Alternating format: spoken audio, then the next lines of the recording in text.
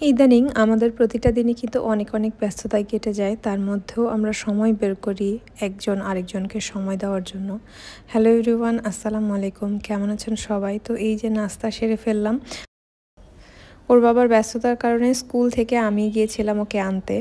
তো বের হয়ে দেখি ফুচকার দোকান। ভেলপুরি আর ফুচকা সামনে থাকলে সেটা খাবো না তা তো হয় না। আমারও মন করছিল আর সাথে সাথে ওরও আবদার ছিল যে আম্মু আজকে একটু ফুচকা খাবো। অনেক দিন ভেলপুরি খাই না। তো সেজন্যই মা ছেলে এই যে একটা বাটি ভরে নিয়ে বসলাম যে আজকে ভেলপুরি খেয়ে তারপরে বাসায় যাব। ও স্কুল ড্রেস পরেই আছে। তো এই যে আমরা দাঁড়িয়ে দাঁড়িয়ে এখানে খাচ্ছিলাম।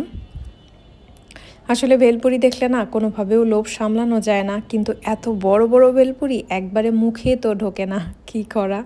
তো এখানে এই যে দেখেন আমি ভেঙে ভেঙে খাচ্ছিলাম, আমার পুরোটা আমার মুখে কোনোভাবেই আসতেছিল না। আর এখানে আমার ছেলে দাঁড়িয়ে দাঁড়িয়ে খাচ্ছিল। আসলে এখন বড় হয়ে গেছে, অনেক কিছুই বুঝতে শিখে গেছে। আর সাধারণত আমি ওকে স্কুল থেকে আনতেও যাই না, দিতেও যাই না। খুব বিপদে না পড়লে আমার যাওয়া লাগে না, ওর বাবাই সবসময় শনিবার শুক্রবার ওকে নিয়ে যাওয়া আসা করে। তো আমি যখন বের হই তখন ট্রাই করি ওর ছোট ছোট আবদারগুলো পূরণ করার জন্য। আর দেখেন ভার্সিটির এরিয়াটা কত সুন্দর লাগছে না? এই পাশটা এত ভালো লাগে। আর যখন ফাঁকা থাকে তখন কিন্তু আরও বেশি ভালো লাগে। যেহেতু এখন একদম ভর দুপুর, স্কুল ছুটি হয়ে গিয়েছে, তো ভিড়টা একটু বেশিই মনে হচ্ছে আমার কাছে। বাসার গেটে নামার পরেই দেখলাম এখানে আমরা পেয়ারা, তারপরে আনারস অনেক কিছু বিক্রি করতেছে। তো অরিক বলল সে আনারস খাবে, তো ওর জন্য একটা আনারস কেটে নিয়ে নিলাম। আর যেহেতু স্কুল থেকে আসছে, যাওয়ার পরে তো নাস্তা কিছু না দিলে মোটেও হবে না।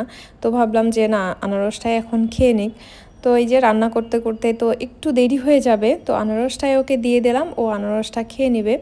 আর আমি বলেছিলাম কাসুন্দি দিয়ে নিতে, তো মোটেও সে পছন্দ করে না। আর কাসুন্দি দেওয়া আনারস আমার কাছেও কিন্তু তেমন একটা ভালো লাগে না।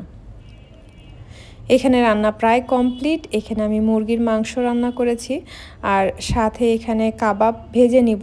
কাবাবটা আমার রেডি করাই ছিল, সেটা জাস্ট তেলে দিয়ে আমি এটাকে ভেজে নিব। আর কাবাবটা একটু মচমচা করে ভেজে নিব। একটু মচমচা না হলে না খেতে তেমন একটা ভালো লাগে না। আর যেহেতু ফ্রাইডে স্যাটারডে, তো ভাবি একটু দিনটাকে স্পেশাল করার জন্য। কারণ আমাদের জন্য এই ছুটির দিনগুলো মানে অনেক অনেক আনন্দের একটা দিন।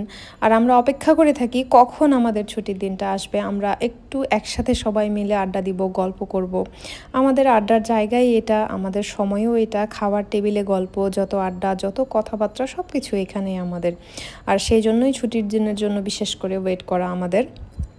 এখানে সব কিছু রেডি হয়ে গিয়েছে, তো আমি টেবিলে সব কিছু সাজাচ্ছিলাম আর আমরা বসে সবাই একসাথে খেয়ে নেব।